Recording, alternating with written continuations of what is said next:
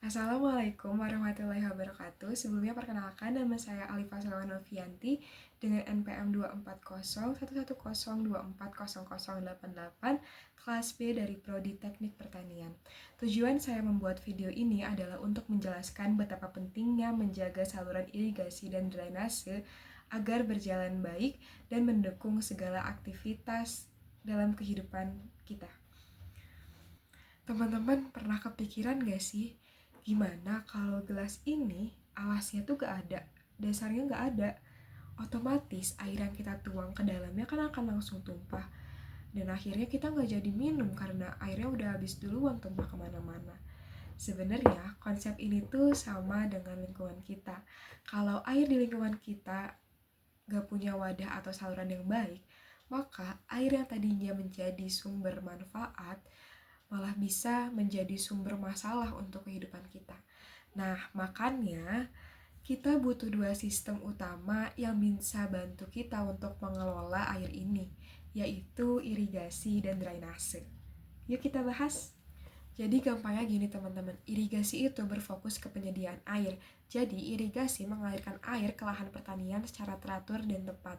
Nah, kalau misalkan irigasi ini terhambat atau mampet karena suatu hal, misalnya ada sampah di dasarnya atau lumpur yang biasa kita sebut dengan sedimentasi, maka airnya tidak akan optimal mengalir ke tempat tujuannya, ke tempat seharusnya.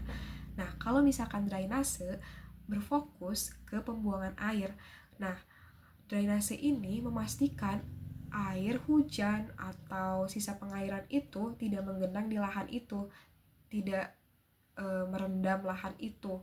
Kalau misalnya air itu merendam lahan terlalu lama, maka akan mengakibatkan waterlogging yang mana bisa membuat akar tanaman menjadi busuk atau mati sehingga mengakibatkan petani-petani gagal panen. Contoh nyatanya terjadi di Karawang pada Maret 2025 nih teman-teman. Terjadi fenomena backwater dari Sungai Cibeet karena debit air sungai yang tinggi. Air justru berbalik menekan saluran pembuangan. Akibatnya nih, fungsi drainase terganggu dan sekitar 160 hektar sawah terendam oleh air. Secara konsep, sistem drainase seharusnya mengalirkan air keluar dari saluran secara lancar. Tapi ketika ada tekanan balik dari sungai, ditambah kondisi saluran yang kurang baik, nah misalkan tadi sedimentasi atau sampah, sehingga kapasitas alirnya kurang optimal. Akibatnya air tidak mengalir, tidak bisa terbuang secara efektif, malah menggenang. Nah, ini menunjukkan bahwa menjaga saluran air, baik irigasi dan drainase itu penting karena gangguan kecil seperti ini saja bisa berdampak besar bagi pertanian. Jadi kenapa ya menjaga saluran irigasi dan drainase itu penting? Karena dengan kita menjaga kedua saluran tersebut bisa memastikan air mengalir sampai ke lahan, kemudian mencegah kekeringan, mencegah banjir, dan menghindari kerugian akibat gagal panen. Lalu bagaimana ya caranya kita bisa menjaga saluran irigasi dan drainase? Yang pertama, teman-teman jangan sampai membuang sampah ke saluran irigasi atau drainase. Yang kedua, jika teman-teman melihat kerusakan yang terjadi pada saluran irigasi atau drainase, teman-teman bisa melaporkan ke pihak terkait agar pihak terkait bisa turun tangan untuk memperbaikinya.